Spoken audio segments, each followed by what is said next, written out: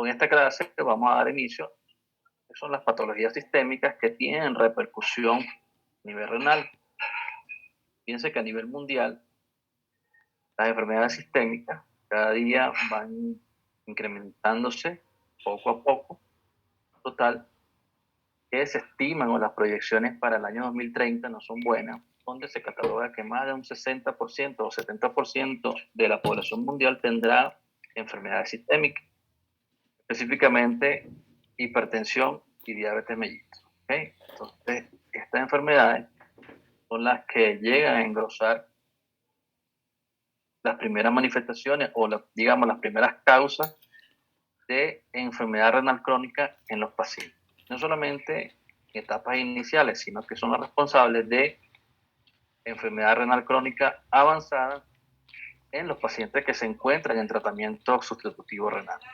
Cuando hablo de enfermedad renal crónica avanzada y enfermedades sistémicas, estoy refiriendo específicamente a diabetes mellitus e hipertensión arterial.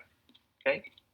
Recordando que estas dos enfermedades son las que tienen mayor incidencia, y vuelvo nuevamente a hacer invitación para aquellas personas que estén interesadas en trabajo de grado, las que tienen mayor incidencia en los pacientes en diálisis, con todas las repercusiones que ellas traen. Y pues recuérdense que esto forma parte de una continuidad de eventos que vienen sucediendo desde hace mucho tiempo o ya catalogados como enfermedades crónicas, y que llega un momento en que comienzan a haber manifestaciones, típicamente en este caso a nivel renal. Y que cuando uno busca actuar desde el punto de vista médico, estas manifestaciones suelen ser tan avanzadas que prácticamente es poco lo que se pueda hacer desde el punto de vista médico. Las enfermedades sistémicas suelen ser silentes, por lo tanto, en los primeros años que se va avanzando en la enfermedad, el paciente no suele tener algún tipo de manifestación clínica, sino que por el contrario,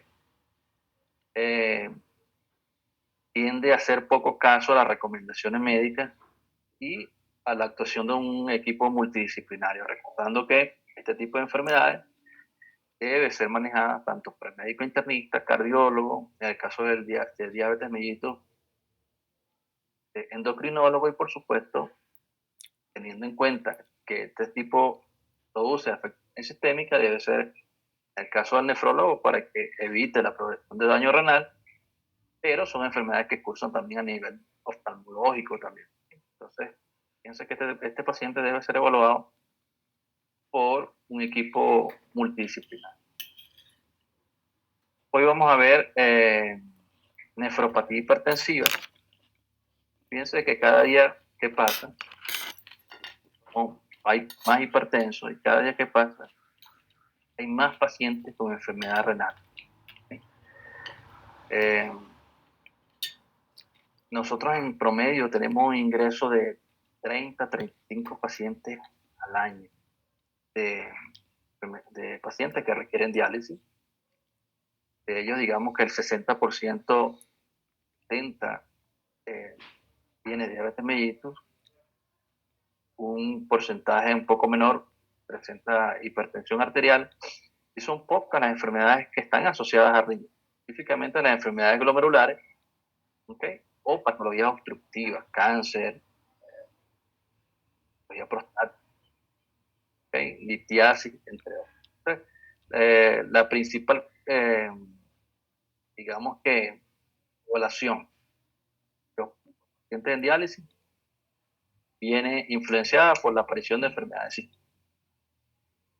El día de hoy vamos a hablar específicamente entonces de la nefropatía hipertensiva, que recibe el nombre también de nefroangiosclerosis o nefroesclerosis. Si contestaron mal la pregunta de focal y cementario, es porque ustedes quisieron.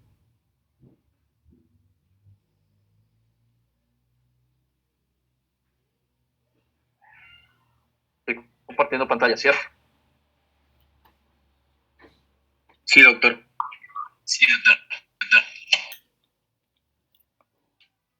Bien, hablar de nefropatía hipertensiva habla de una enfermedad que viene sucediendo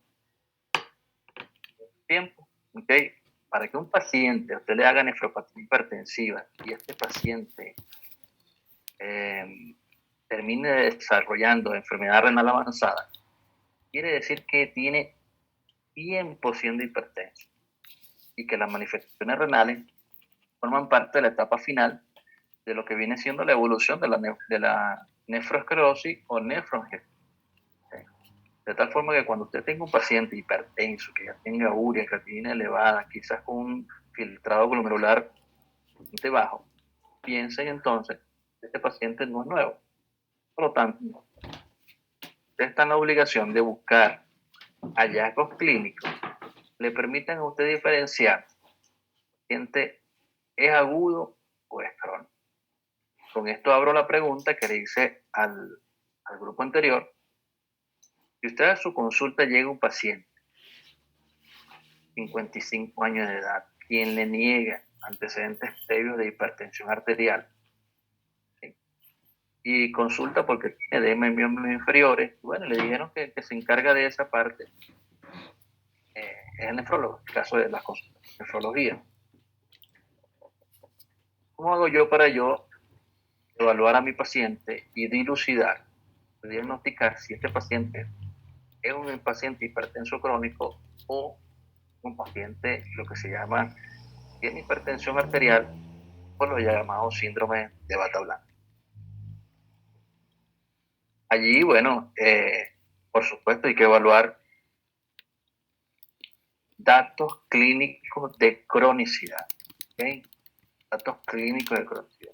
Algunos chicos me dijeron, bueno, doctor, pero le podemos hacer un seguimiento de la presión arterial, le doy el alta y le hago seguimiento de la presión arterial, que la midan y me la traigan. Otro habló de que, bueno, lo cito en un mes y que me traiga las evaluaciones médicas o las presiones arteriales que tienen. Otro, bueno, yo le mando a hacer pruebas de función renal. En fin. Total que después interrogando el grupo, me dieron respuesta de media. Cuando ustedes tengan un paciente con hipertensión arterial, usted tiene que buscar signos clínicos de crónica. Evalúen el pulso de su paciente. Evalúen cómo se encuentra desde el punto de vista semiológico.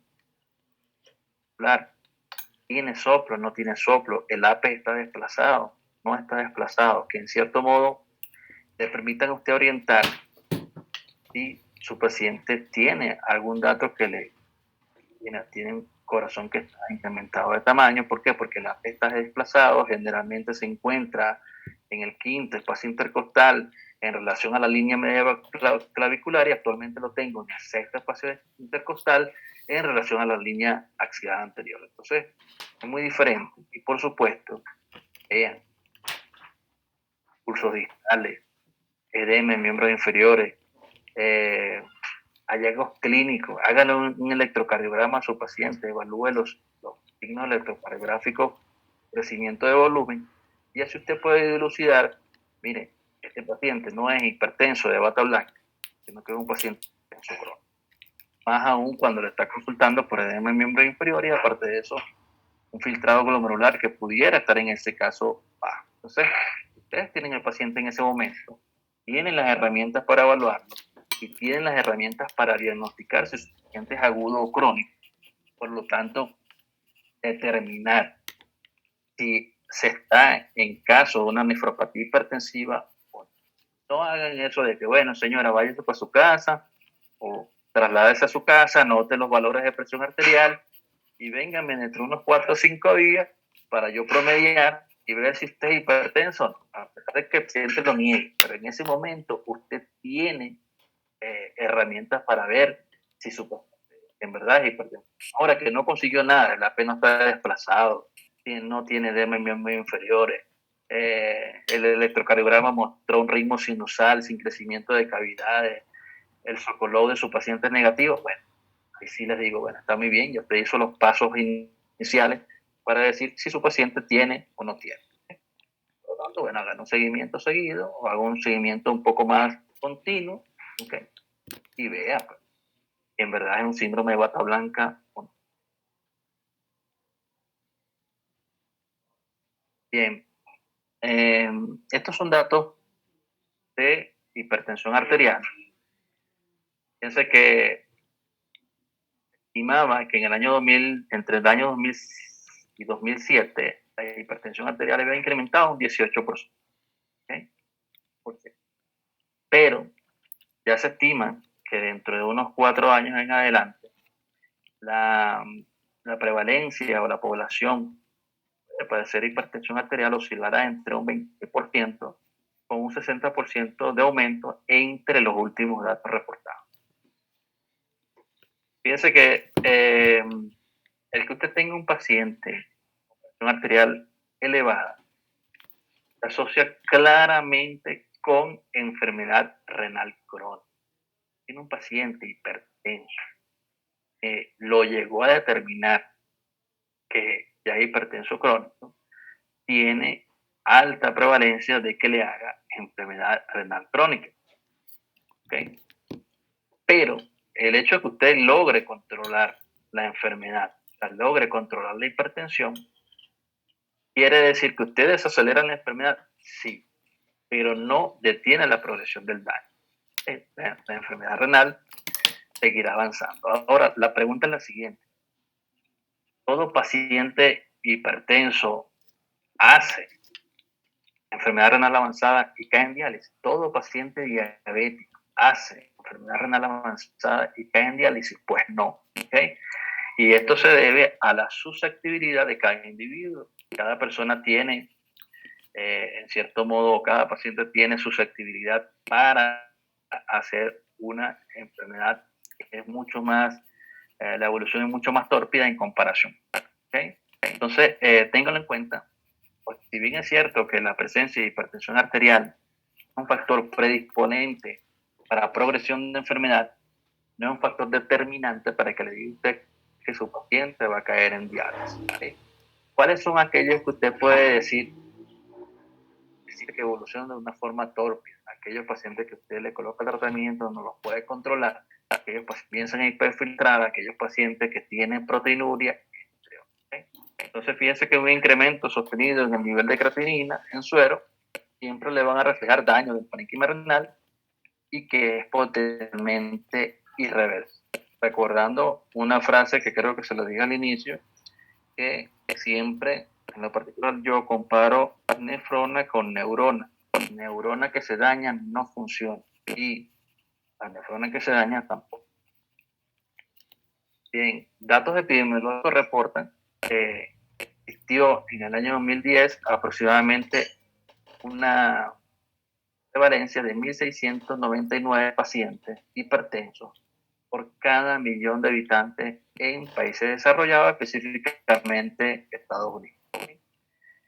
Y pacientes con economías establecidas, o sea, en países desarrollados, la prevalencia de hipertensión oscila entre un 22 a un 55. ¿Y esto por qué hay más hipertensos en países desarrollados en comparación con países en vía de desarrollo? Bueno, esto tiene mucho que ver con modo y estilo de vida, que cada día somos más.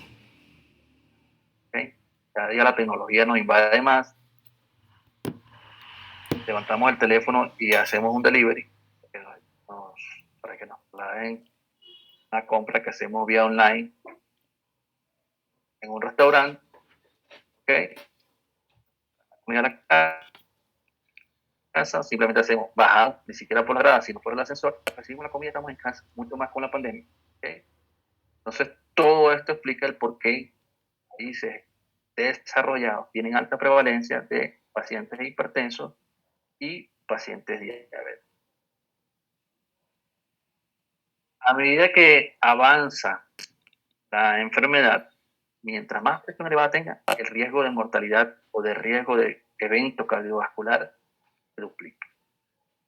No es igual un paciente que tenga 140-80 de presión arterial a un paciente que tenga 160. Entonces, ¿por qué? Porque simplemente el riesgo de... ¿Okay? Y por supuesto, la hipertensión arterial se asocia con daños de la vasculatura sistémica. ¿Okay? Específicamente, son riñón, cerebro, miembros inferiores, que son los órganos que están más relacionados con daño producto de las enfermedades sistémicas, no solamente hipertensión arterial, sino también diabetes mellitus. ¿Okay? Entonces, desde el punto de vista epidemiológico, la población masculina es la más afectada. Diversos estudios han demostrado que el hombre tiende a ser más hipertenso en comparación con la mujer. Esto también es producto de la aceptación de enfermedad. El femenino tiende a ser un poco más cuidadoso en comparación con el hombre y, por lo tanto, tiende a tener mejores cuidados en la parte de salud en comparación con el hombre. ¿Okay? Las 10 principales causas en el año 2016, siempre, hasta ahora eso prevalece, ¿okay? Las enfermedades sistémicas o isquémicas, el infarto es una de las enfermedades o la principal causa de muerte a nivel mundial. ¿Okay? Seguidas por infecciones respiratorias, enfermedades pulmonares obstructivas, la tuberculosis, que se creía una enfermedad que venía en extinción, pero actualmente ha tenido repunte, principalmente en países subdesarrollados, países que tienen mal esquema de vacunación o de inmunización. Por supuesto, la tuberculosis está asociada mucho a un estado nutricional.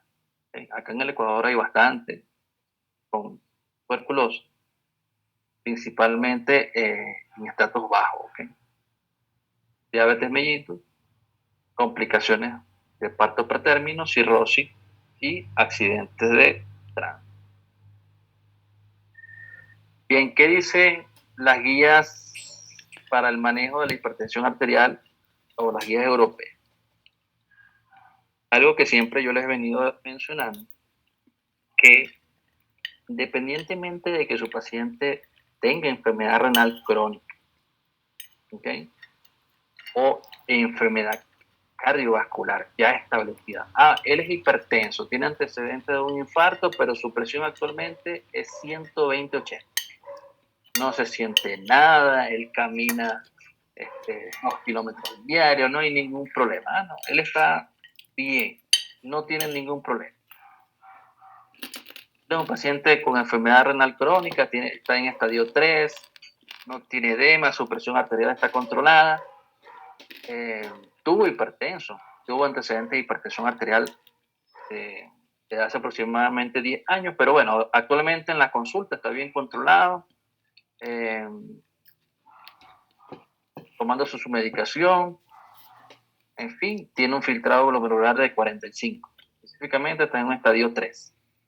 Bueno, que dicen las guías europeas que todo paciente con enfermedad cardiovascular establecida o enfermedad renal establecida, independientemente del estadio de hipertensión arterial que tenga, el riesgo cardiovascular es altísimo. ¿Okay? Es altísimo. ¿Sí? La guía europea difiere de lo que es la clasificación del séptimo comité, ya que ellas dividen la presión arterial o la clasifican como normal, normal alta, hipertensión arterial grado 1, hipertensión arterial grado 2 e hipertensión arterial grado 3. ¿Okay? En este caso, si ya su paciente tiene antecedentes previos de una enfermedad cardiovascular o renal establecida, el riesgo de tener algún tipo de complicación o un riesgo cardiovascular implícito, fíjense que esto forma parte de un continuo. ¿Okay? De un continuo, ese continuo se llama continuum cardiovascular. ¿Okay? Entonces, fíjense que esto es muy importante y es la explicación de por qué usted puede decirle a su paciente, mire, usted está en diálisis, usted se siente bien, ¿ok? No hay ningún problema como paciente, pero usted tiene que entender que los familiares también, de que usted tiene un riesgo cardiovascular altísimo. Y es la explicación de por qué un paciente entra en diálisis, hoy está bien y mañana hizo un evento vascular y falleció. O sea, no lo estoy inventando yo, esto no es mala praxis médica, así como muchos lo quieren dar a entender, porque lamentablemente por ahí hay más de unos memes, sobre todo con el COVID.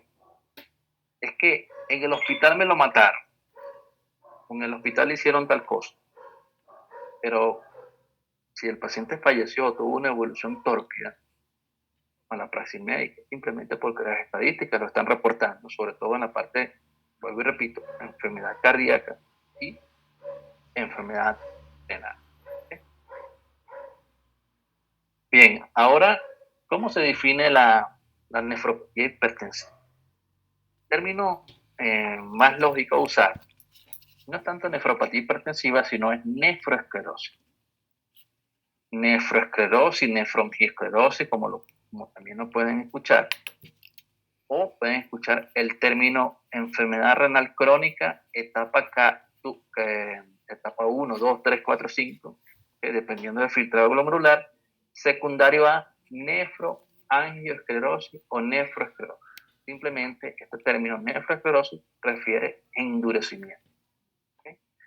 Y no es más que la sustitución de tejido más denso, tejido viable, específicamente funcional, por un tejido duro, con abundante colágeno, que hace que el mismo se indure, ¿okay? Y pierda funcionalidad. ¿Okay? Afecta principalmente la microvasculatura preglomerular. Y esto es importante para que lo tengan en cuenta, para que puedan entender los eventos fisiopatológicos que ocurren a nivel del parénquima renal y el por qué el riñón termina esclerosándose. ¿Okay? Fíjense que, como bien les dije, existe o por qué un paciente hipertenso no desarrolla enfermedad renal. Bueno, o puede desarrollar muy poco, simplemente porque existe una causa genética que tiene que combinarse con factores metabólicos y ambientales para que se pueda dar esa triada y se comience a evidenciar progresión de la enfermedad. ¿Okay? Hay nefroesclerosis maligna, aquellas que evolucionan rápidamente, ¿okay? O nefroesclerosis benigna, la llamada hipertensión arterial esencial. ¿Okay? Progresa solo en una pequeña porción de pacientes. Y este es un término, nefroesclerosis, que fue introducido por Borja y Fat. Es de reciente uso. Fíjense cómo se diferencia la clasificación europea de la clasificación establecida por el octavo comité. El octavo comité ya quita el término hipertensión normal alta, lo sustituye por prehipertensión. Digamos que la clasificación del séptimo y el octavo comité preceden a las guías europeas, por lo tanto la guía europea es una actualización un poco más dada en comparación con esta. ¿Okay? Hipertensión grado 1, hipertensión grado 2 y la hipertensión arterial sistólica, la clasificación del octavo comité. ¿Okay? Ahora, ¿cuáles son los riesgos para desarrollar nefroesclerosis? Cualquier persona puede desarrollar, ¿okay? Pero digamos que tengo mayor incidencia aquellas personas que tengan, por supuesto, hipertensión arterial de dominio sistólico, enfermedad cardiovascular concomitante, antecedente de infarto, entre otros, tabaquismo, dislipemia, los niveles de colesterol y triglicéridos, principalmente aquellos que tienen HDL colesterol bajo peso al nacer. ¿Por qué? Bueno, porque tengo una masa nefronal o tejido nefrogénico un poco insuficiente, edad mayor a 70 años, de tal forma que la nefroesclerosis es una enfermedad que domina principalmente en la tercera edad, hiperuricemia y, por supuesto, pacientes de raza afroamericana, que le dicen raza negra, tienden a tener mayor incidencia de hipertensión arterial y suelen ser de un manejo un poco más complejo. O sea, no responden de una forma tan adecuada como lo puede responder un paciente que de cierto modo sea de piel más clara. ¿Okay? De tal forma que se establece que aquellos pacientes de raza afroamericana tienen mayor tendencia a desarrollar hipertensión que requerirá más de un fármaco. Aunque la tendencia actual es que todo paciente hipertenso, métaselo en la cabecita, todo paciente hipertenso, lo que sugiere actualmente la Sociedad Española de Cardiología y la americana, es que deben ser manejados con doble terapia. Que sea baja, pero tienen que ser manejados con doble terapia. Llámese una combinación entre IECAS y diurético, IECA o calcio antagonista, IECA y beta bloqueante, o en este caso, sustituyendo el IECA por un ARA, ¿okay? Antagonista, beta bloqueante o diurético. ¿Okay? Fíjense que muchos estudios en poblaciones numerosas, evaluadas, han demostrado que sí, evidentemente existe. Es prácticamente regar la tierrita que ya está húmeda, o el terreno que ya está húmedo, existe una relación entre la presión arterial y el desarrollo de enfermedad renal.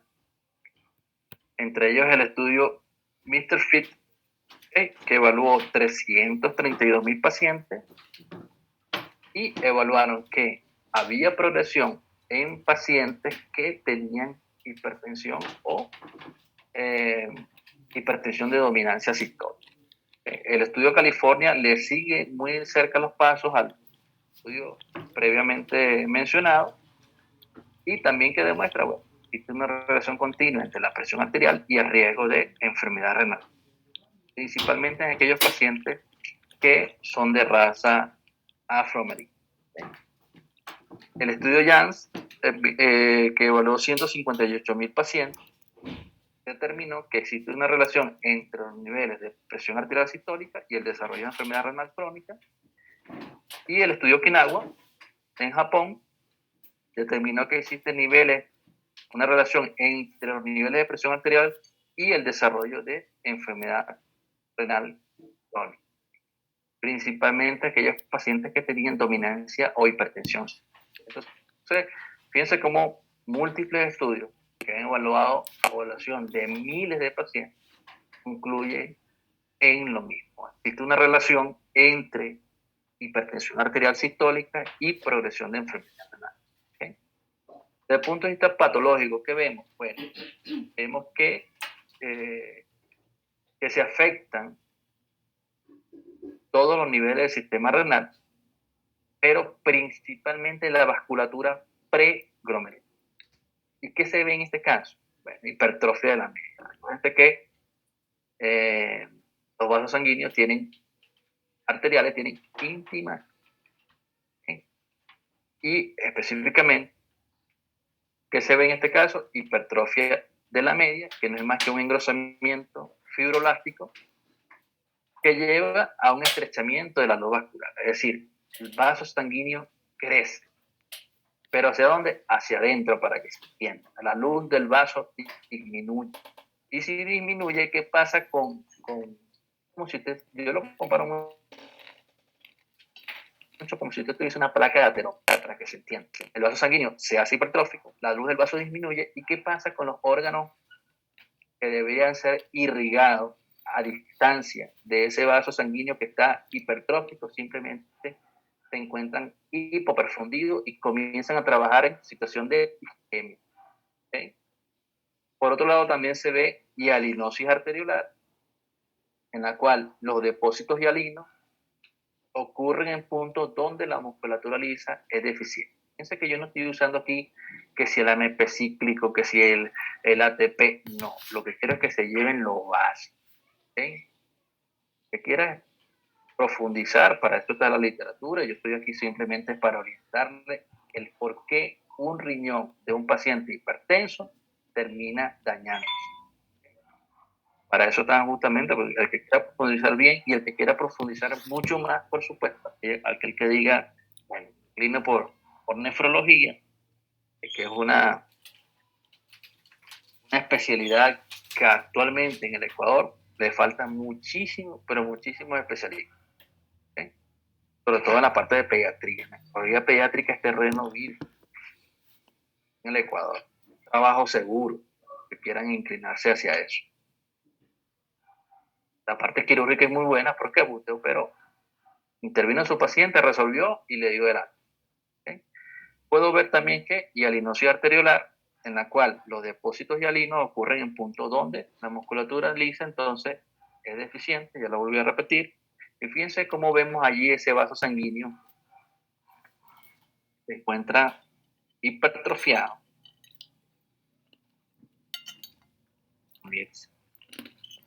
Comienza de nuevo.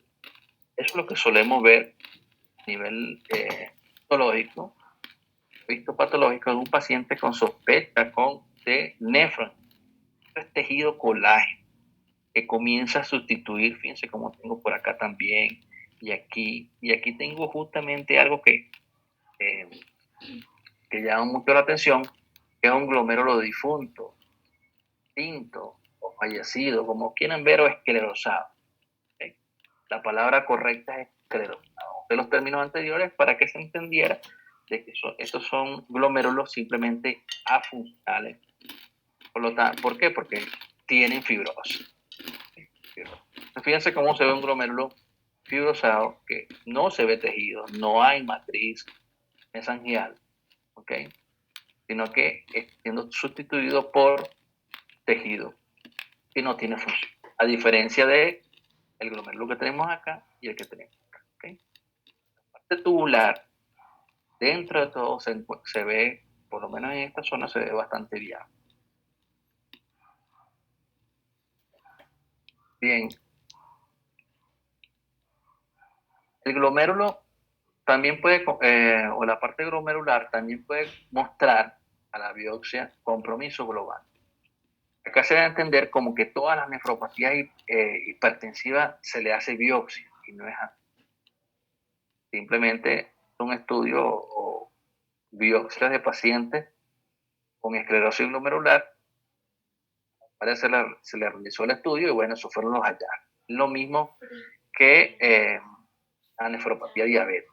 Anteriormente se biopsiaba, al igual que esta, pero ya, como ya se sabe la evolución natural de la enfermedad y el paciente tiene hallazgos clínicos y paraclínicos que te permiten a ti orientar y establecer, este paciente tiene nefroangiosclerosis y por lo tanto no va a biopsia. Es porque simplemente ya se ha realizado tantas veces que los hallazgos son repetidos. No hay nada nuevo. Entonces, acá igualmente vemos un glomérulo que tiene esclerosis y un vaso sanguíneo que tiene hipertrofia miointimal con disminución de la luz. Fíjense cómo la pared del vaso legalmente es en esta zona, ¿okay? En esta zona, y vemos cómo tiene un gran crecimiento de ese crecimiento miointimal con disminución del vaso. Por supuesto, como bien les dije, cuando el vaso disminuye, el órgano se hace isquémico, es decir, el órgano perfundido a distancia. ¿Okay? A nivel intersticial también podemos evaluar cambios, ¿okay? Y no es más que signos histológicos de nefritis intersticial. Es decir, les dije que era un órgano isquémico, condiciones de isquemia favorecen a digamos que un cambio, ¿okay? A un cambio de células tubulares en miofibroblastos, promoviendo la fibrogénesis. Un permiso.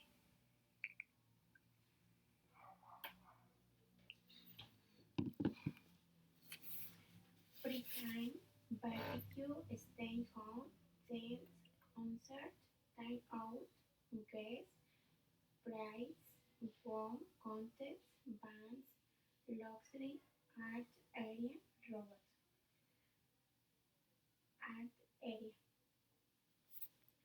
Dance, concert, time out, with guest. Guest, prize, won, contest, bands, luxury, art area, robot. Art area, art area, art area. Bien, entonces le había dicho que esta condición de isquemia, ¿verdad? Me favorece a que exista incremento de la fibrogénesis. Es decir, las células tubulares comienzan a transformarse en miofibroblast. Y eso da o induce a fibrosis, en este caso nefritis intersticial severa. ¿Okay?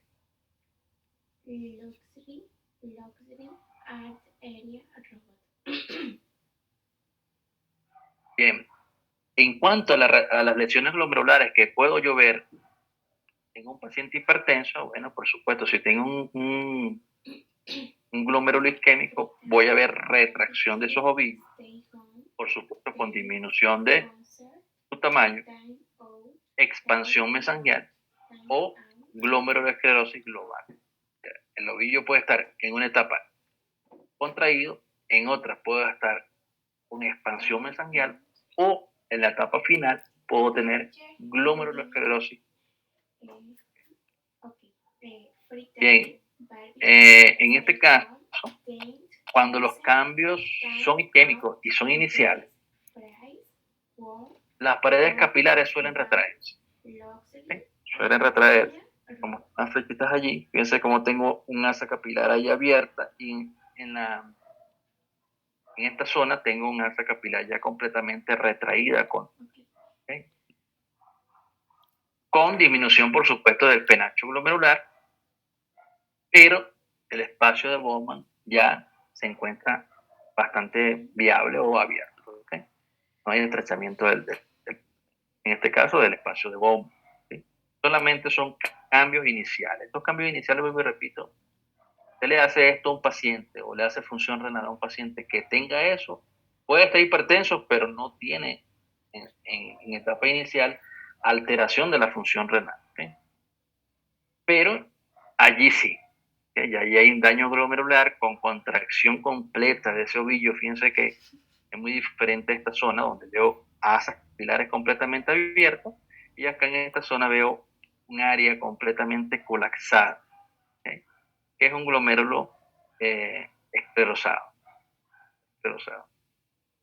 Mientras que por otro lado hay un material que no tiene celularidad que ocupa ese espacio de Bowman. Eso es lo que se ve ya en un daño renal o glomerular avanzado, específicamente en un glomérulo esclerosado. ¿Sí? Esto sí es importante, ¿sí? Y no es más que la lesión arteriolar característica de la nefroangioesclerosis es la hialinosis de la arteriola aferente, antes de, ¿okay? Y que se caracteriza porque hay un material homogéneo que afecta a todo o una porción del vaso y reemplaza la capa de las células musculares. ¿Okay? Hay una hialinosis de la arteriola aferente, ¿sí? En la cual las capas musculares de este segmento vascular comienza a ser reemplazada por un material homogéneo que afecta a todo o una porción. ¿Qué más se puede? Generalmente esta hialinosis arteriolar ve en vasos de mediano calibre, en la cual voy a tener hiperplasia de la íntima, hipertrofia de las células musculares, con una reduplicación de la lámina elástica. Y esto es importante que lo tengan en cuenta. ¿Por qué? Bueno, porque les dije, en la medida que el vaso sanguíneo comienza a engrosarse, el flujo sanguíneo renal por detrás, o digamos distal, para que se entienda, a ese sitio que se encuentra engrosado, comienza a disminuir. ¿Okay? Comienza a disminuir. De tal forma que desde el punto de vista fisiopatológico, no todo paciente desarrolla enfermedad renal avanzada, sino que existe una combinación de alteraciones genéticas, alteraciones hemodinámicas y alteraciones inflamatorias, que cuando confluyen forman un triángulo perfecto. ¿Para qué? Para que simplemente se instauren aquellos procesos que le van a usted a producir isquemia glomerular y por lo tanto esclerosis subglomerular. El problema está en uno, no hay tanto problema. El problema está en cuanto en cuanto a la esclerosis glomerular comienza a hacerse un poco más amplia. ¿Ok? Y ya tendré un 25% de glomérulos esclerosados. Y ahí comienza a aparecer la llamada teoría de la nefrona intacta, ¿se recuerda? En la cual los glomérulos lesionados ya dejan de perder, pierden su función y esta función debe ser sustituida por la masa nefronal. Esto a la larga trae fatiga. El que corre situaciones de oxígeno es bien, pero si usted le colocan una bolsa plástica o una funda plástica a nivel de la cabeza y le dicen corre, lo que te vas a sentir ahogado, es lo mismo que pasa con, en este caso, con el glóbulo. ¿Okay? Fíjense que para que un paciente sea hipertenso y para que un paciente haga daño renal, deben de confluir diversos factores. Uno de ellos, en condiciones fisiológicas, importantísimo porque lo mantiene con presión arterial adecuada, es la actividad del sistema renina-angiotensina-aldosterona. Eso, desde el punto de vista fisiológico, el problema está cuando todo se produce cuando no se tiene que producir. Es decir, cuando usted tiene una hiperactividad del sistema renina-angiotensina, usted induce hipertensión arterial en su paciente. ¿Okay? La actividad de la endotelina, que tiene que ver con vasoconstricción, también induce usted hipertensión arterial, pero recuérdense que esto le induce a usted a un remodelamiento cardiovascular. La actividad del sistema renina-angiotensina-aldosterona incrementa la presión arterial. El incremento de la presión arterial que hace con el músculo cardíaco hace que se hipertrofie. ¿Para qué? Simplemente para vencer al momento de contraerse la presión de eyección contraria a ese vaciado del ventrículo. Tanto él tiene que engrosarse para vencer. El problema está en que en la medida que se engresa, el ventrículo comienza a disminuir su capacidad de volumen. Y al disminuir su capacidad de volumen, comienza a disminuir ¿qué? Su fracción de eyección. ¿Okay? Entonces, por supuesto, combinándolo con el factor genético, la predisposición genética de su individuo o de su paciente, junto con actividad del sistema nervioso simpático. Puede ser que cuando usted tiene una hiperactividad del sistema nervioso simpático, simplemente usted tiene que incremento en la secreción de renina. ¿Por qué? Por activación de las células yuxtaglomerulares. Que las células yuxtaglomerulares producen renina por estimulación del sistema nervioso. Fíjense que múltiples estudios también han evaluado en pacientes afroamericanos, ¿sí?, alteraciones genéticas. No me interesa que se sepan el gen MYH9, que tenga el cromosoma 22 o el APOL1. No, simplemente quiero que se lleven que existen alteraciones genéticas que le inducen a usted, a un paciente, o le predisponen que su paciente haga enfermedad renal avanzada asociada a hipertensión y mayor grado de fibrosis renal.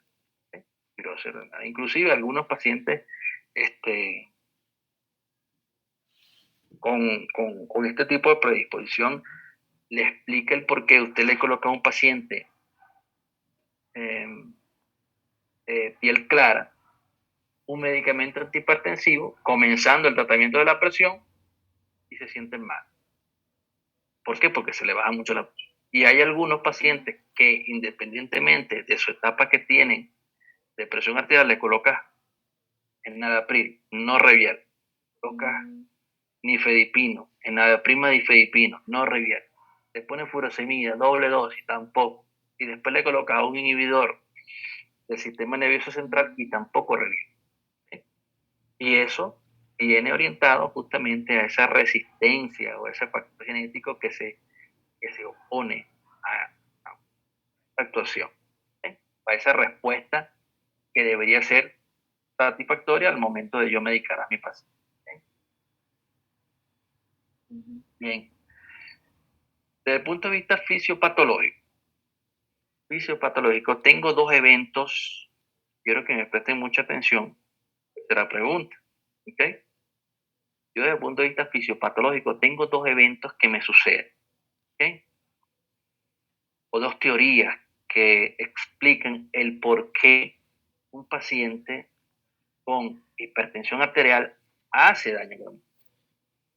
Fíjense que yo les dije a ustedes que se afecta la vasculatura de tipo preglomerular, es decir, la vasculatura que está antes del glomérulo, ¿okay? Principalmente la arteriola aferente, ¿sí? Que induce ¿qué? ¿Cómo se llama la lesión? Se llama la lesión que dije ahorita. Hialinosis. ¿Hialinosis qué? Hialinosis de la arteriola eferente. La hialinosis que le induce usted a hialinosis de la arteriola. ¿Okay? Entonces, tengo dos escenarios. Uno, si yo tengo hialinosis de la arteriola aferente, ¿okay? Que se induce a situaciones de isquemia. Fíjense que hay un estudio que evaluó ratitas hipertensas, la hicieron hipertensa, le comenzaron a dar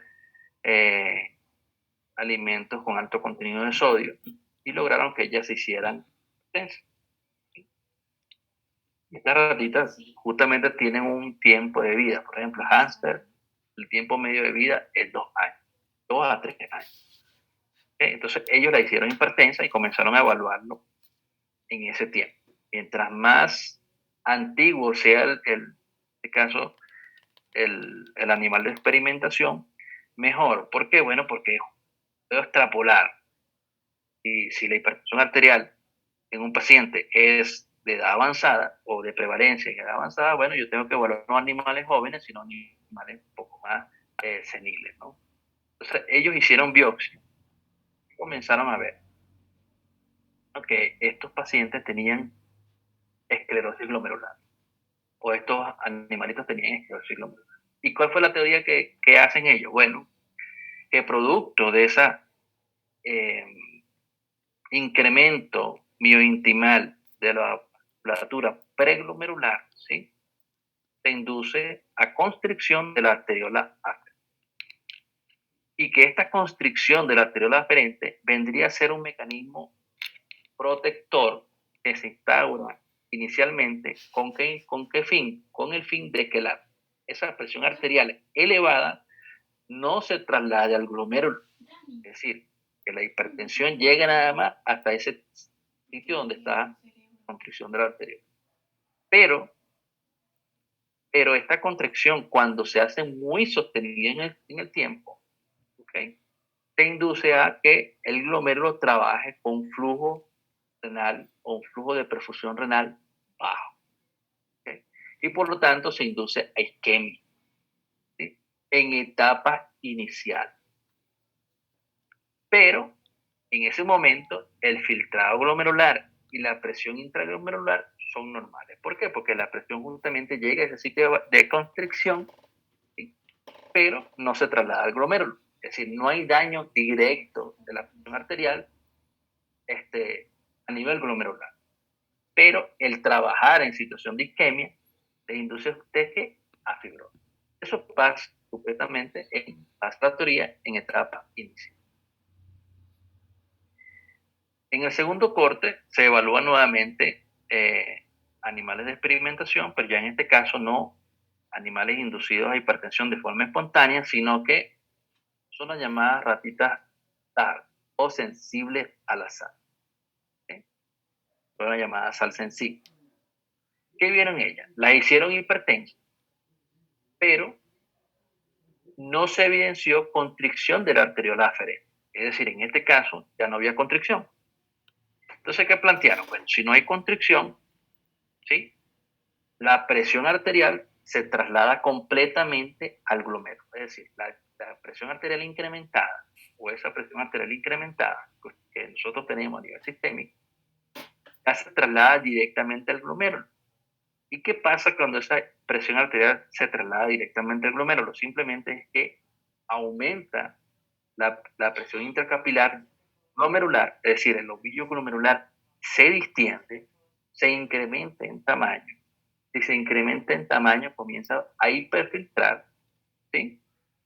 Comienza a evidenciarse proteinuria, pero esta proteinuria no es masiva, mucho cuidado, ¿ok? Y esto a la larga simplemente se induce o traduce a daño glomerular, pero por incremento en la presión intraglomerular. Mientras que en la teoría anterior se habla de daño glomerular por isquemia como consecuencia de la contracción arteriolar como un mecanismo reflejo de defensa, evita que la presión arterial se traslade. ¿Está claro esta parte?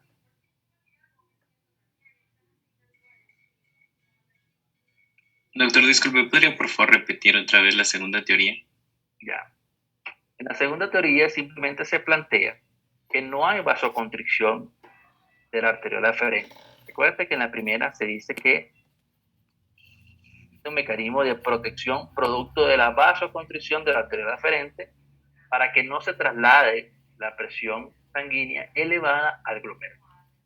Pero el hecho de que no se traslade es bien por un lado, pero por otro lado el glomérulo trabaja en isquemia y se induce a daño glomerular. En este caso, el filtrado y la presión intraglomerular son normales. En la segunda teoría simplemente se plantea es que, bueno, ya no existe la vasoconstricción de la arteriola aferente. Si no existe la vasoconstricción de ese mecanismo que me evita que la presión arterial se traslade al glomérulo o al ovillo glomerular, bueno, en este caso no tengo ese mecanismo, toda esa presión se va o presión incrementada, arterial incrementada, se va a trasladar al ovillo glomerular. ¿Okay? En un inicio, ¿qué voy a tener? ¿Se induce a qué? A hiperfiltración. ¿Por qué? Porque el glomérulo está, la presión arterial está incrementada. Por lo tanto, voy a tener hiperfiltración. Generalmente, cuando tengo hiperfiltración o hiperfunción del glomérulo, tengo también proteinuria, pero esta proteinuria no es más. Usted no debería tener una proteinuria mayor, ¿okay? Mayor a 1 gramo en 24 horas. ¿Sí? Cuando usted tenga proteinuria mayores a 24 horas por encima de 1 gramo, evalúe otra causa y descarte que su paciente esté en nefroangiosclerosis. ¿Okay? Una proteinuria de 3 gramos, 0.5 gramos, por supuesto, le hace usted un síndrome nefrótico, pero aquellas proteinurias que uno llama nefrítica, de 1.5 gramos en promedio, si está por allí, descarten que su paciente tiene nefroangiosclerosis. ¿Okay? Esa presión incrementada a nivel del glomérulo, en un inicio, le induce a usted a hiperfiltración del glomérulo. Hay proteinuria, ¿sí? Pero esto le induce a usted a fibrosis glomerular como consecuencia de un glomérulo que tiene presión arterial. Entonces, por un lado y por otro, se explica el por qué un paciente hipertenso con susceptibilidad genética, con el modo y estilo de vida alterado, con factores de progresión de enfermedad renal, le hace a usted simplemente daño glomerular, ¿sí? Por una vía. ¿Okay? ¿Queda Ya, claro la doctor. teoría? Perfecto. Sí, está claro. Esto es explicándosela o simplemente es una explicación ya escrita, digámoslo así, de lo que yo le di anteriormente. ¿Okay? En una etapa inicial se plantea que existe vasoconstricción de la arteriola aferente e impide que la presión arterial sistémica se traslade al glomérulo. Si evita que se traslade al glomérulo, ¿okay? Existe por un lado daño gradual de los vasos preglomerulares, que es irreversible, con pérdida consecuente de masa glomerular, porque por isquemia. El glomérulo en ese momento se hace isquémico. Y por otro lado, existe una etapa, la segunda etapa o la segunda teoría, que se llama etapa de adaptación, en la cual la arteriola aferente se dilata, pero la presión del ovillo glomerular se incrementa. En este caso, trae a que hay hipertrofia funcional, específicamente del glomérulo, y por consecuente de las nefronas, comienzan a hiperfiltrar. Esta hipertrofia glomerular trae como consecuencia expansión mesangial, pero hasta cierto punto porque comienza a aparecer esclerosis del lobillo y proteinuria que no es nefrótica o no es masiva para ello. ¿Okay? El efecto del sistema renina-angiotensina-aldosterona, como bien les dije, fisiológicamente es un mecanismo de defensa que evitaríamos cambios bruscos de presión cuando tenemos cambios postura. ¿Okay? Es uno de los sistemas de regulación central de la presión arterial sanguínea y la patogénesis de la hipertensión está estrechamente asociada a desórdenes del sistema renina-angiotensina-aldosterona. Por eso le digo, ¿okay? En condiciones fisiológicas, el sistema renina-angiotensina, que todos lo tenemos, es perfecto, es lindo. El problema está cuando nosotros o este sistema comienza a producirse en condiciones ya no. ¿Por qué? Porque me traen consigo ciertos cambios que no debo de tener. El estímulo persistente del sistema produce la pérdida del mecanismo de autorregulación renal. Ustedes se recuerdan de este sistema que cuando vimos fisiología, le dije que era el sistema por el cual se mantenía un filtrado glomerular constante, independientemente de cambio de la presión arterial.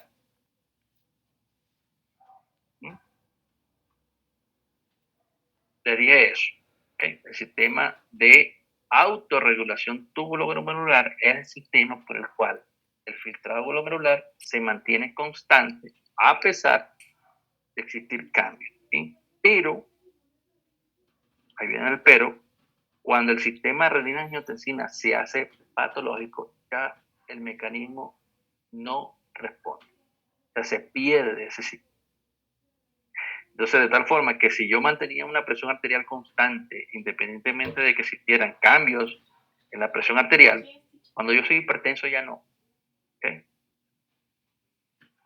Y recordar siempre que la activación simpática, ¿sí?, induce o estimula la secreción de renina por las células juxtaglomeradas. Los pacientes hipertensos generalmente tienen incremento en la activación simpática. Y si tienen incremento en la activación simpática, hay un sistema que está estimulando de forma constante las células juxtaglomerulares. ¿A qué? A la inducción y producción de renina. ¿Okay? ¿Cuáles son los diagnósticos clínicos de sospecha? Antecedentes familiares de hipertensión arterial. Tiene que haber antecedentes familiares de hipertensión arterial. Generalmente, recuerden, esta enfermedad es de edad avanzada, ¿sí? Principalmente en el sexo masculino, en pacientes mayores a 55 años. Cuando ustedes vean, y que lo he visto muchísimo, acá cuando nos mandan un paciente, 32 años, uno que llegó no hace mucho del Isidro Ayora, 32 años con diagnóstico de nefropatía hipertensiva. 32 años. ¿Okay? Un paciente con 32 años, hipertenso. Cuando esta enfermedad, como ustedes bien lo vieron, se va engrosando la media, y que esto tiene un acumulativo en años. Entonces, que era hipertenso desde los 15 años, el paciente no sabía. Piensen siempre que cuando usted tiene un paciente hipertenso, joven, hay una causa renal directa. ¿Ok? Directa. En este caso comienza a aparecer el llamado síndrome o la, ¿cómo le diría? Síndrome cardiorrenal, ¿sí? que puede estar implícito en la evolución de su paciente. ¿Okay? O la llamada enfermedad renovascular. Esa es la palabra. Fíjense si uno para enfermedad renovascular. ¿Okay? En la cual, producto de una estenosis, por ponerle algún ejemplo, de la arteriola o de la arteria renal, induce a un riñón isquémico. Este riñón isquémico comienza a trabajar independientemente de su riñón contralateral e inducirá incremento en la producción de renina. Y entonces, cuando usted comienza a descartar esto, usted comienza a ver asimetría renal. Ojo, en la enfermedad renovascular se ve asimetría renal. Siempre vamos a tener un riñón más grande que otro, siempre. Es muy poco probable que usted tenga un riñón cuando usted lo mide al eco, primero porque por el corte, o a veces algunas veces influye, pero supongamos que el eco lo hacemos perfecto. Es muy poco probable que un riñón tenga 10.5 centímetros y el derecho y el otro contralateral tenga 10.5. No. ¿Okay? Siempre vamos a tener uno más grande. Eso es normal. Ahora, ¿cuándo lo normal ya deja de ser normal? Bueno, cuando usted tiene un tamaño renal mayor a 2 centímetros o una diferencia mayor a 2 centímetros entre un riñón y otro. Cuando usted tiene ese tipo de situación, su paciente es joven, es hipertenso, en cierto modo tiene otras características, usted dice, bueno, este paciente encasilla más hacia una enfermedad renovable. ¿Okay?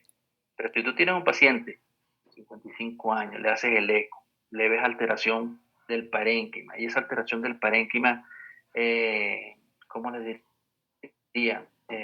Está hiperecogénico, pero el tamaño renal es muy simétrico.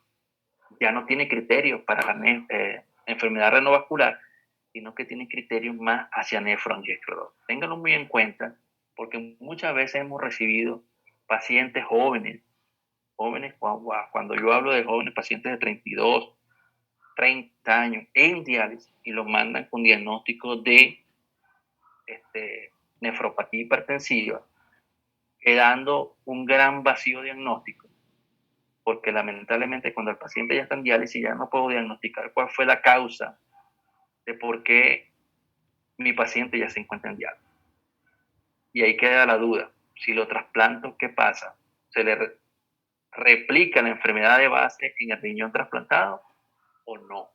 Entonces justamente por eso es que es importante hacer un diagnóstico para saber, porque como bien lo vimos, en enfermedad focal y segmentaria existe un factor, en ese caso circulante, que tiene un porcentaje de que mi paciente trasplantado vuelva a ser el enfermo, que no se quiere. ¿Okay? Bien, hipertrofia ventrículo izquierdo, daño vascular aterosclerótico y retinopatía. Esos son los hallazgos. ¿Okay? Y es los hallazgos que usted puede tener al examen físico en su paciente cuando le consulta. ¿Sí? Bien, uno de nuestros, digamos que nuestro talón de Aquiles en la parte de formación médica es justamente fondo de ojo. ¿Sí? Y es la única ventana por la cual tenemos nosotros, acceso indirecto.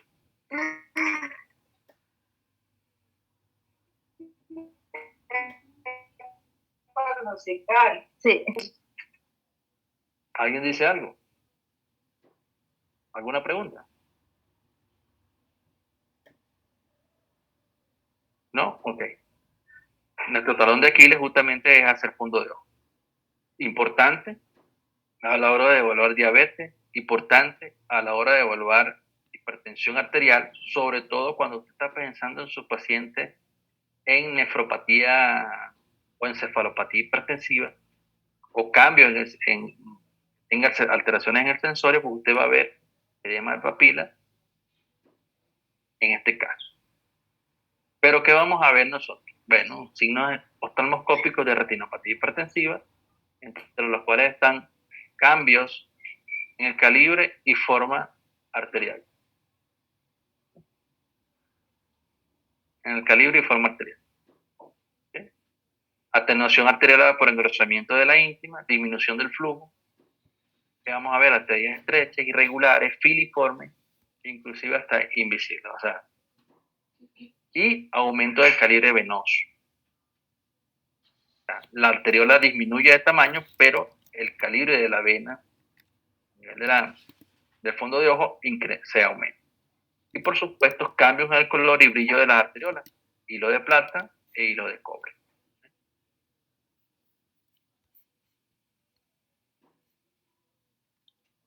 Ahí tienen dilatación venosa, cruce arteriovenoso pretrombótico, compresión venosa severa, en lo que se ve como una imagen, digamos que en reloj de arena.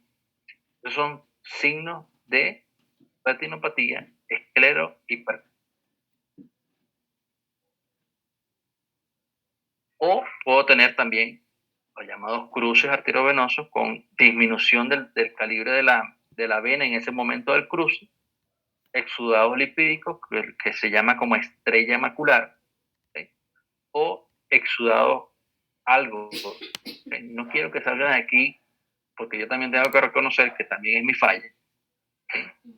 Sé determinar lo básico, más no soy oftalmólogo, pero siempre quiero que sepan que cuando ustedes vean una vena y en ese momento la cruza arteriola que tiene una coloración un poco más opaca y en ese momento la vena en ese cruce se ve ese estrechamiento de la vena, esos son signos digamos que de retinopatía hipertensiva. ¿Okay? Y por supuesto, esto, las llamadas arteriolas en hilo de plata e hilo de cobre. ¿Cuál es aquella en hilo de plata? Simplemente es una arteriola opaca, ¿sí? Que en el medio pudiera ir acompañado de justamente de una coloración blanquecina o pardo brillante que se ve en la arteriola. ¿Ustedes tuvieron oportunidad de hacerse fondo de ojo? ¿Tuvieron oportunidad de hacerse fondo de ojo? Sí, doctor, en alguna ocasión sí. Sí, doctor. ¿Dilataron la pupila y todo? ¿O se lo hicieron sin dilatarse la pupila? Sin dilatar. Sin dilatar. Por ahí hay un tremendo error, una falla, ¿no? Justamente por eso. En práctica es la que yo le he dado durísimo y es una de las que yo, en cierto modo, me frustra como docente, ¿no? La parte justamente de la pandemia es porque están perdiendo tiempo valioso. Y cuando tengan que chocar con un paciente, vieron la teoría, pero la práctica, ¿qué? ¿Sí? Por allí me dijeron algunos alumnos que ya se habían vacunado. Aquella persona que quiera acercarse al centro, doctor, explíqueme qué es un tril, qué es un soplo. ¿Quieren escuchar soplo? ¿Han escuchado soplo ustedes alguna vez? No, doctor. No, Pero vieron una teoría, ¿cierto? Sí, doctor. ¿Y qué le pusieron? Un sonidito allí en YouTube. Exacto. ¿Ves? Entonces, ese es el detalle. ¿Ustedes quieren escuchar soplo en real? Vayan a nefrología. Que ausculten al paciente. Evalúen si ese soplo es por insuficiencia o por estenosis. ¿En qué foco está? En aórtico, mitral, tricopídio, pulmonar. ¿Bien? Evalúen signos clínicos de hipertrofia ventricular. No solamente esperar el electrocardiograma para decir, sí tiene. ¿Okay? Están perdiendo tiempo valioso, chicos. Por eso a veces fue mi llamado de atención. Así como me llegó un alumno, es que usted no nos da la diapositiva. No, si le doy la diapositiva, hasta allí queda. Por supuesto, proyectando en Zoom y con el copy-pin del celular o digamos que de la computadora lo pueden hacer, no tengo ningún problema. Pero si se podrán dar cuenta, tampoco pregunten las diapositivas. Dando manera de que ustedes se estimulen y busquen, porque eso, las buenas bases, es lo que ustedes lo hará como excelentes médicos. Aprovechen. Todavía faltan 3, 4 semanas para culminar. Estoy a la orden, vuelvo y les repito nuevamente en nefrología, para aquella persona que quiera ver qué es una fístula, qué es una diálisis, cómo se pone un catéter, ¿okay? Porque la práctica la vamos a ver, la práctica son 2 horas, o sea, es yo dando una clase, ver. Bien, entonces la nefropatía hipertensiva, vamos a ver justamente las arteriolas en hilo de plata, y allí tenemos una que cruza patológicamente. Fíjense que cuando ustedes ven aquí esta imagen, siempre en el fondo de ojo, las venas son tienen mayor dominancia de color. ¿Okay? Pero cuando ustedes ven aquí este cruce, que la vena se torna como en reloj de arena, es un cruce arteriovenoso patológico. Fíjense cómo esta arteriola en hilo de cobre cruza, y estos son signos oftalmoscópicos de retinopatía hipertensiva. Aquí tenemos otra en hilo de cobre. Bien, esta es una clasificación que les mide a ustedes la nefropatía hipertensiva. Se llama propuesta por Cheye, intentando clasificar los cambios en la arteriosclerosis y la hipertensión arterial. Grado 0, 1, 2, 3 y 4, evidenciándose en cada una de ellas alteraciones. Por ejemplo, en la 1, estrechamiento arterial apenas visible. En la 2, notorio estrechamiento arterial con irregularidades focales, más cambios de reflejo de la luz. En la 3, es una retinopatía grado 2 más reflejo de cobre. ¿Okay?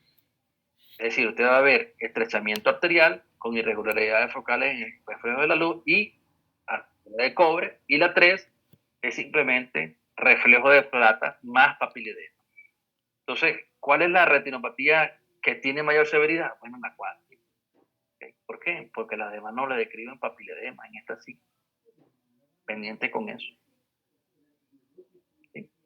Ahora, también, ¿qué puedo hacerle yo a mi paciente? Un electrocardiograma y evalúe los índices electrocardiográficos que le permiten a usted evaluar o determinar si su paciente es hipertenso desde hace mucho tiempo o no. Eso no lo da,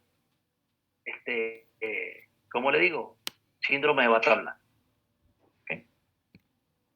Síndrome de bata blanca es aquel paciente que viene ansioso por la consulta y usted le toma la presión y tiene 200, por ponerle un ejemplo. Pero resulta y pasa que usted le hace electrocardiografía a su paciente y está normal. Puede ser síndrome de bata blanca. Pero que el paciente que llegó con 180-80 a hacer electrocardiograma y tiene un Sokolov positivo, eso es hipertenso viejo o hipertenso crónico. ¿Okay? ¿Qué le dice el índice de Sokolov? Bueno, que las ondas S en el segmento B1 o la derivación B1 más ondas R o la sumatoria de las ondas S en B1 más la sumatoria de la onda R en B5 o B6, si es mayor a 35 milímetros, su paciente tiene hipertrofia ventricular, por lo tanto es hipertenso de largo tiempo. Eso no desaparece de un día para otro. Que hoy tiene su color positivo y mañana no tiene negativo. No. ¿Ok? Criterio electrocardiográfico de Gubner que le dice que R en 1 más S en D3 es mayor a 25. Y así está el índice de Lewis y está el índice de voltaje de Thorne. ¿Okay? Fíjense cómo la parte nefrológica no nos piden a nosotros que seamos cardiólogos, porque realmente no lo somos, pero sí por lo menos determinar si el paciente en ese momento tiene criterios o no para yo decir si está o no hipertenso crónico. Fíjense como acá en este ejemplito hay una hipertrofia. ¿Okay? No sé si están viendo el cursor, una hipertrofia ventricular, y vean cómo esta cavidad cardíaca comienza a disminuir. Y si se disminuye, a pesar de que se contrae con gran cantidad, la fracción de eyección comienza a disminuir. No es igual que usted tenga un globo de agua lleno completamente, bien distendido, y lo suelte, en la cual la eyección de ese líquido tiene distancia, a que yo llene un globo de agua un tercio y lo suelte, donde la eyección de ese líquido realmente es nula. Creo que le llegó a gustar a jugar carnaval. ¿Okay?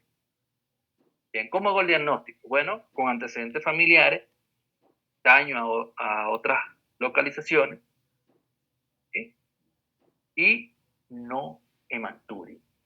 ¿Okay? No hematuria. Si tengo hematuria en mi paciente, descarten causa glomerular. Si no tengo hematuria dismórfica, vuelvo y repito, pues, mi paciente tiene criterios para nefrosis. Y por supuesto, para que usted diagnostique nefropatía hipertensiva, debe de estar presente diabetes mellitus. ¿Por qué? Bueno, porque diabetes mellitus prevalece, es la enfermedad más frecuente de causa de enfermedad renal y que a la larga hace que aparezca hipertensión arterial. Si su paciente no es diabético, si su paciente es hipertenso de largo tiempo, o si no lo sabe, tiene hallazgos electrocardiográficos y al fondo de ojo de hipertensión arterial, es mayor de 50 años, no tiene hematuria dismórfica y desde el punto de vista ecográfico sus riñones son simétricos, planteen nefroesclerosis. De lo contrario, no lo planteen. ¿Ok? Y por supuesto, antecedentes de hipertensión arterial esencial de largo tiempo de evolución, cuando el paciente dice, sí, a mí me dijeron que yo era hipertenso hace 10 años y tengo 70. ¿Okay? Eso induce a usted a cáncer. ¿Está claro todo esto? Sí, doctor. Ahí están los criterios de diagnóstico de nefroesclerosis, ¿sí? Pero por supuesto, si su paciente tiene menos de 55 años, si su paciente tiene una historia reciente de hipertensión arterial, si su paciente tiene una evolución rápida de ese filtrado glomerular o de pérdida de ese filtrado glomerular, la proteinuria es mayor a 1.5, acompañada de cambios en la morfología del glóbulo rojo, usted está en la obligación de buscar otra enfermedad y no se vaya por lo fácil, que es lo que llega ya a la clínica con diagnóstico de nefropatía hipertensiva cuando tengo un paciente de 30 años de edad, ¿no? Entonces, téngalo muy en cuenta. Ahí están los diagnósticos. ¿Cuáles son los criterios que le apoyan el diagnóstico de nefroesclerosis? Edad mayor a 55 años, sexo masculino, historia antigua de hipertensión arterial, una proteinuria no masiva, ¿okay? Acá dice 1.5, en mi programa me formaron para decir que es 1 hacia abajo, ausencia de microhematuria, simetría renal, ¿sí? Y dislipemia, asociada principalmente a aquella dislipemia que tiene disminución en los valores de HDL colesterol. ¿Okay? Bien, ahora, ¿cómo lo trato? Doctor, tengo un paciente hipertenso, ya tiene filtrado glomerular bajo. Cuando ya tiene filtrado glomerular bajo no hay mucho que hacer. Simplemente controle la presión arterial y, como la laminita del inicio, controle la presión arterial, pero no te garantiza de que la enfermedad siga progresando. Simplemente usted le está colocando un freno al tren que va a 100 kilómetros por hora, está bajando la velocidad a 20 kilómetros por hora. ¿Va a caer en diálisis? Sí. Pero usted va a enlentecer ese tiempo de recurrencia y va a ir, en cierto modo, preparando a su paciente para que simplemente acepte su enfermedad y lo prepare para que entre a tratamiento sustitutivo como debe ser, es decir, con un acceso vascular ya confeccionado y no entre con catéter como entra la mayoría de los pacientes acá. Por supuesto, no todo lo tiene la culpa del hospital, simplemente a veces son pacientes. Como son enfermedades sistémicas, no sienten nada y cuando comienzan a sentir, ya prácticamente están urémicos, ¿no? Entonces, el tratamiento no farmacológico, ¿en qué consiste? Bueno, lo que yo siempre les he enseñado acá. chicos, colegas, no me gusta decirle alumnos, porque ustedes van a ser pronto, Dios mediante, colegas y van a estar de este lado. Recuérdense que no todo es tómate la pastilla o tómate la medicación. No. ¿Ok? Siempre toda enfermedad va acompañada de medidas generales. Métaselo en la cabecita y aprenda. ¿Ok? Si el paciente es obeso y está hipertenso, usted le puede dar kilos y kilos de losartán.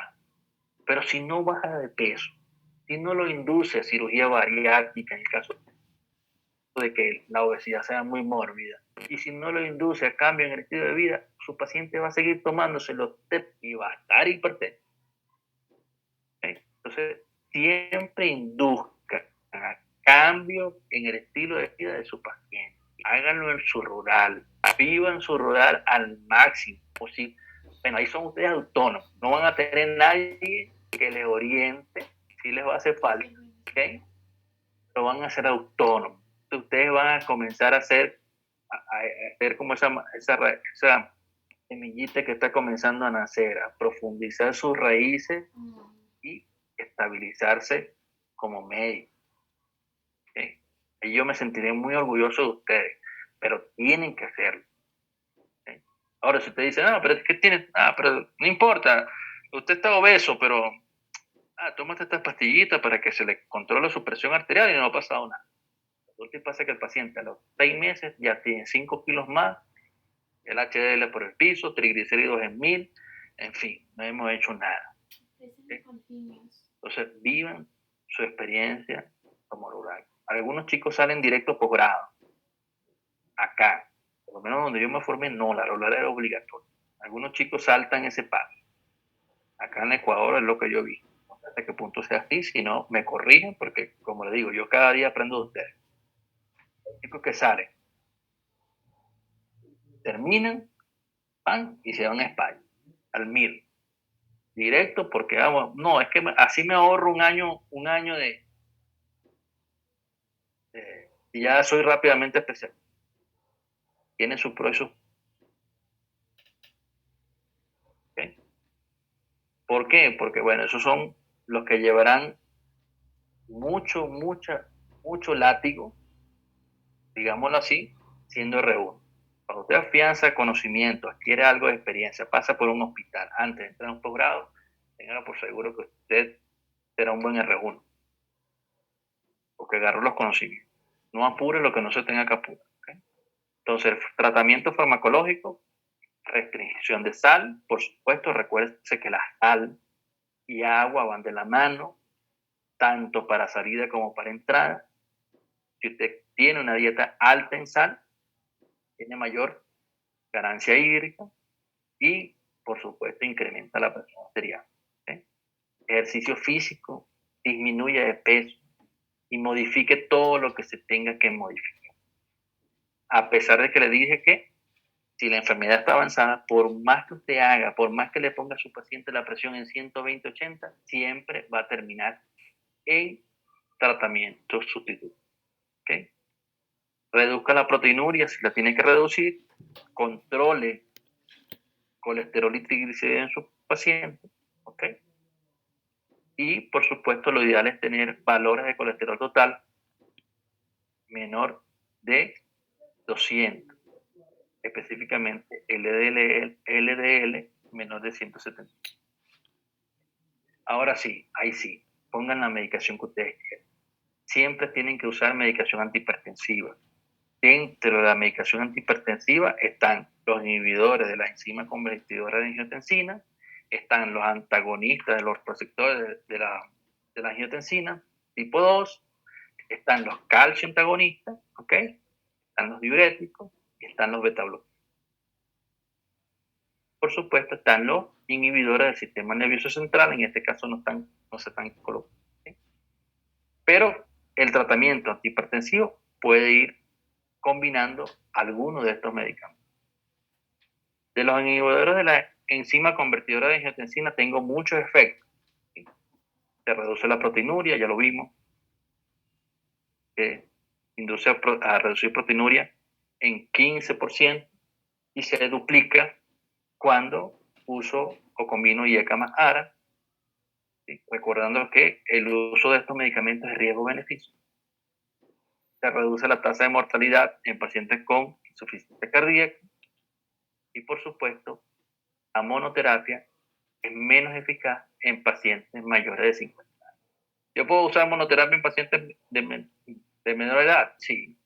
¿Tengo garantía de que se me controle la presión arterial? No. ¿Sí? Pero en aquellos pacientes mayores de 50 años y que usted lo vea que tienen piel morena bastante oscura, ¿okay? Traten siempre de usar doble terapia. ¿Okay? En nuestro caso tenemos pacientes que tienen hasta 4 y 5 medicamentos antihipertensivos y la presión arterial a la cual la podemos bajar de 140 a 150. A decir que están controlados. Dosis mayores requeridas en pacientes de raza negra y se reduce la hipertrofia ventricular. Efectos adversos, angioedema, hiperpotasemia. Recuérdense de esto, que es uno de los efectos que contraindica el uso de los IECAS en pacientes con enfermedad renal avanzada prediálisis. ¿Okay? Cuando usted pone en la balanza uno u otro, use más el calcio antagonista en comparación con los IECA en pacientes con enfermedad renal avanzada. Se reduce el filtrado glomerular en pacientes con lesión renal aguda. Bueno, sí, tengo un paciente que tiene un daño renal, le voy a poner un IECA, así está hipertenso, no, y le produzco más daño. ¿Puede precipitar insuficiencia renal aguda en pacientes con estenosis de la arteria renal? Sí, también. ¿Okay? ¿Por qué? Porque si tengo una arteria estenosada y lo poco que está rellegando el riñón o lo poco que se está oxigenando el riñón es producto de esa presión arterial elevada, si le bajo la presión arterial, ¿qué pasa? El riñón se hipoperfunda. ¿Okay? Por supuesto, siempre pongan en la balanza riesgo-beneficio. Está contraindicado en el embarazo. ¿Okay? Los efectos del ARA son muy similares a los IECA. ¿Okay? Con la salvedad de que estos chicos buenos no producen tos. ¿Sí? No producen tos. La hiperpotasemia se da igual, precipita insuficiencia renal en ellos, angioedema, contraindicado en el embarazo y datos en los pacientes de raza negra son limitados. Recuérdense que los ARAS son todos los sartanes o los sartanes, ¿okay? Y los IECA son todos los priles o todos los PRIL. Desde el punto de vista farmacológico, todo lo que termine en PRIL, ¿sí?, es antihipertensivo de tipo IECA. Y desde el punto de vista farmacológico, todo lo que termine en sartán es antihipertensivo de tipo ARA. Por ejemplo, candesartán, eprosartán, delmisartán, losartán, valsartán. ¿Sí? Ejemplo de IECA que termine en PRIL: captopril, perindopril, ramipril, quinapril. ¿Ok?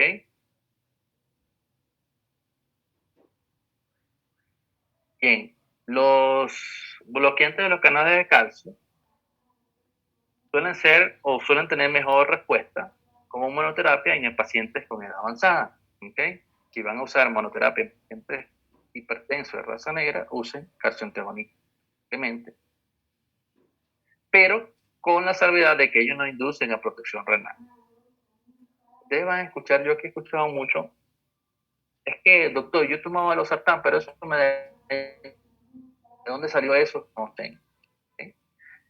Inducen a protección renal, que no está aprobada, la protección renal no está aprobada, reducen las tasas de morbimortalidad en la insuficiencia cardíaca congestiva, al igual que el IECA y los antihipertensiva en pacientes con insuficiencia cardíaca congestiva mejora el pronóstico en cuanto a la morbimortalidad. Está indicado en pacientes con disfunción diastólica y no hay cambio en la dosis con insuficiencia renal, es decir, no se ajusta, ¿okay? Y no inducen hiperpotasemia. Por lo tanto, son los medicamentos que usted debería usar en pacientes con enfermedad renal avanzada prediálisis. Los efectos adversos: edema, estreñimiento, bradicardia, cuando se usa, o como en el caso de verapamil y dirtecen, cuando se usa en combinación con beta-bloqueante. Y por último, los buenos conocidos beta-bloqueantes. ¿Por qué? Bueno, simplemente tienen o evitan los eventos isquémicos a nivel cardíaco, me regulan el cronotropismo positivo, que suele estar incrementado en los pacientes hipertensos, ¿okay? Y el inotropismo también. Y por lo tanto, puedo tener una acción o un evento antihipertensivo con ellos, ¿sí? El efecto adverso: bradiarritmia, hipoglucemia, broncoespasmo, puede precipitar insuficiencia cardíaca, depresión, disminuye las lipoproteínas de alta densidad y aumenta los niveles de triglicéridos. Falta una muy importante. ¿Cuál ustedes creen que será?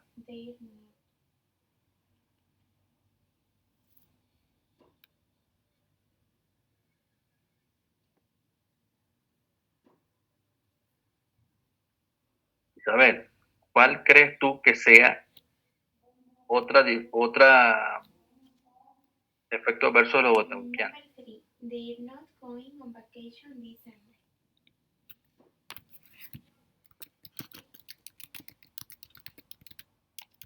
Isabel Espinosa no se encuentra. Bien, Sí, sí, Ya. estoy, doctor. ya. ¿Sí me escucha? Sí, sí le escucho. Hice una pregunta. Bradicardia. No, bradicardia dice ahí, bradiarritmia creo que dice. Sí, bradiarritmia. Mm, Grace Valverde. Sí, doctor. Que este es un efecto adverso no descrito en los beta-bloqueantes. ¿Podría De lo que ser tengo la allí. que ocasione bloqueos auriculoventriculares? Bueno, eso es más que todo cardíaco, la bradiarritmia.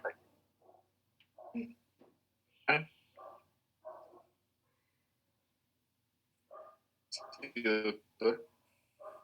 ¿Cuál crees tú que sea ese efecto? Tres hombres. De los beta-bloqueantes. O sea, efecto más para el sexo masculino.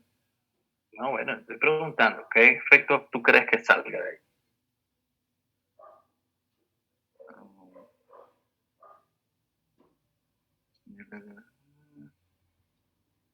Disfunción, tal vez. Disfunción eréctil en los pacientes, doctor. Ujú. Y el día que usted le diga al paciente, mire, usted tiene un infarto, ¿sí? Te voy a mandar beta-bloqueante, pero tiene un efecto adverso. Y es que induce a disfunción eréctil. Hasta ese día el paciente primero lo busca como médico y segundo lo deja. ¿Okay? Pero hay que explicarle al paciente. ¿Sí? Ojo, vuelvo y repito, en algunos casos, no en todos los pacientes, aunque la disfunción eréctil en los pacientes en diálisis, ¿sí?, es altísima. Es altísima a pesar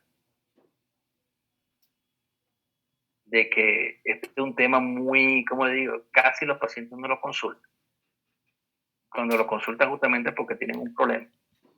Pero la literatura describe que la eréctil en diálisis es altísima, para que lo tengan en cuenta. Entonces, siempre expliquen a su paciente qué medicación le va a dar, cuáles son los efectos benéficos y cuáles son los efectos contrarios, ¿sí? O que los que no se desean. Porque, por ejemplo, yo le digo a un paciente, es que estoy hipertenso. Le coloqué nifedipino o anodipino, que es la que más produce edema, y al cabo del mes tienen los pies hinchados. Esa medicación que usted me dio me está haciendo daño, doctor. Ahora tengo la presión arterial normal, pero estoy hinchado, estoy reteniendo líquido. ¿Ve?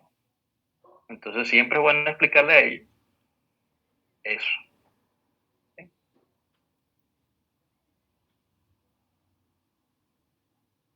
Bien, y recordarles que en el Canvas está la guía de hipertensión arterial, que es la guía por la cual ustedes se deben de regir para tratar los pacientes con hipertensión arterial acá en el Ecuador. Una guía muy sencilla, bueno, es extensa, pero gran parte de ella es bibliografía citada. Pero le dice a ustedes justamente, le define qué es la hipertensión de bata blanca, cómo se clasifica la hipertensión, cómo la va a tratar, qué se recomienda, qué evidencia tiene la combinación de un medicamento u otro, ¿sí? Para que lo tengan siempre presente y que tienen que echarle una revisadita a la guía como aprendizaje autónomo, ¿sí? Y aprendizaje experimental. Hasta acá, recuérdense que nefroesclerosis es tejido endurecido o matriz, en este caso parénquima renal, constituido por tejido colágeno, en la cual el tejido funcional deja de ser funcional. Y que es una enfermedad de dominancia de la tercera edad, que suele cursar con simetría renal desde el punto de vista clínico y ecográfico. Cuando haya simetría renal, planteen una enfermedad renovascular más que nefropatía hipertensiva, que la hialinosis es un hallazgo frecuente, típico de este tipo de alteración, en la cual hay afectación de la vasculatura preglomerular. Como consecuencia se induce a isquemia glomerular. Recuérdese de las dos teorías y acuérdense siempre de cómo usted va a tratar a su paciente. ¿Sí? Creo que con esto damos por concluido la clase de nefroesclerosis hipertensiva. Fíjense que no hay muchos mecanismos fisiopatológicos, o sea, moleculares, que sí lo hay, vuelvo y repito, pero esta es una clase simplemente adaptada para ustedes, para que vayan profundizando en las enfermedades sistémicas y las repercusiones que ya. ¿Tienen alguna pregunta, chicos, adicional?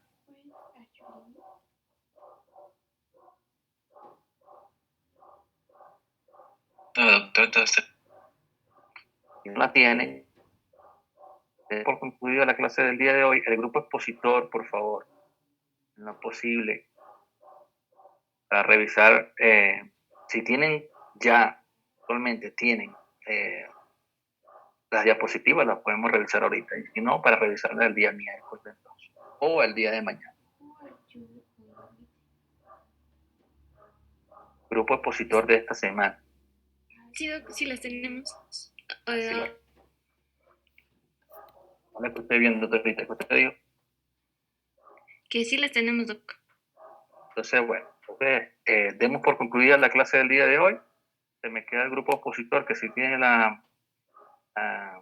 o tienen otra actividad que hacer ustedes.